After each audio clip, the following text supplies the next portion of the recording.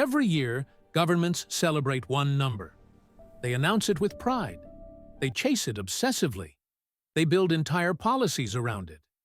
The economy is growing. But here's the paradox. If the economy is growing, why do people feel poorer? Why do wages lag behind prices?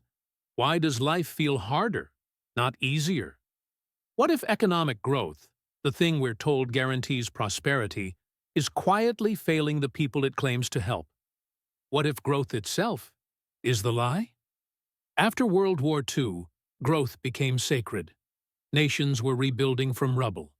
Factories were roaring back to life. Jobs were plentiful.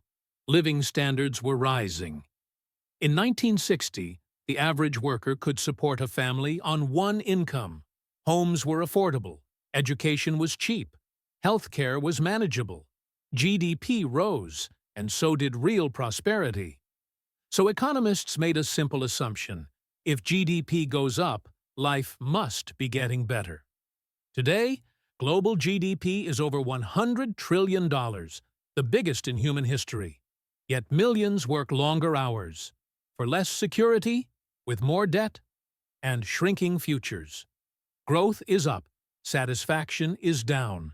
Something broke. How growth is supposed to work. Economic growth is usually explained like this. The economy is a pie. As productivity increases, the pie grows bigger. When the pie grows, everyone gets a larger slice. Simple, elegant, reassuring. But here's what that metaphor hides. Who decides how the pie is sliced? GDP doesn't measure happiness. It doesn't measure stability. It doesn't measure fairness. GDP counts activity, not outcomes. A factory pollutes a river. GDP rises. People get sick. Healthcare spending rises. GDP rises again.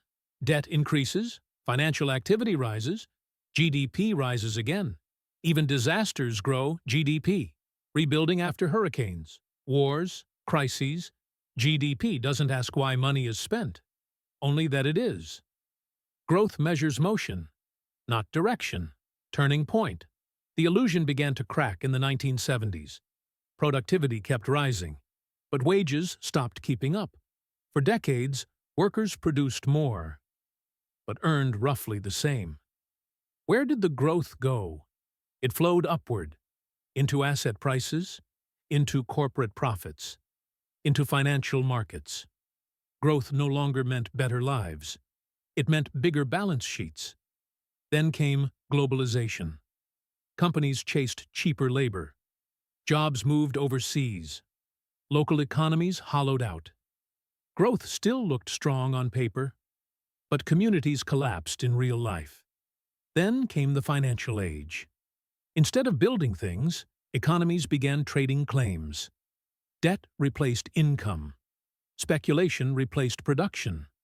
Growth became dependent on bubbles. And bubbles demand one thing: more growth, always more, at any cost, the modern reality. Today, growth hides uncomfortable truths. Housing prices rise, GDP applauds, renters suffer.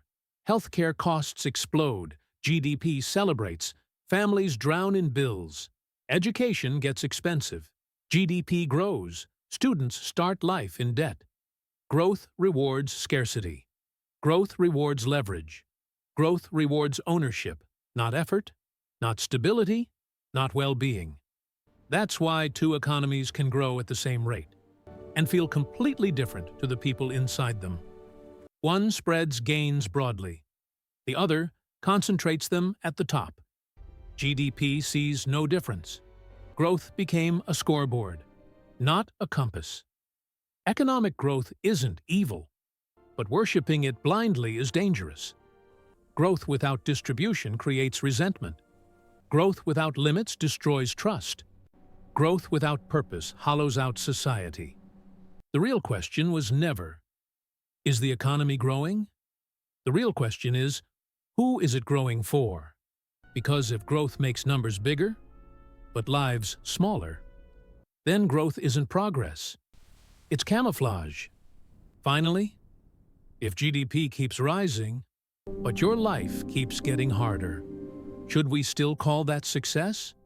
Or is it time to admit that economic growth, as we measure it today, was never telling the whole truth? Comment below.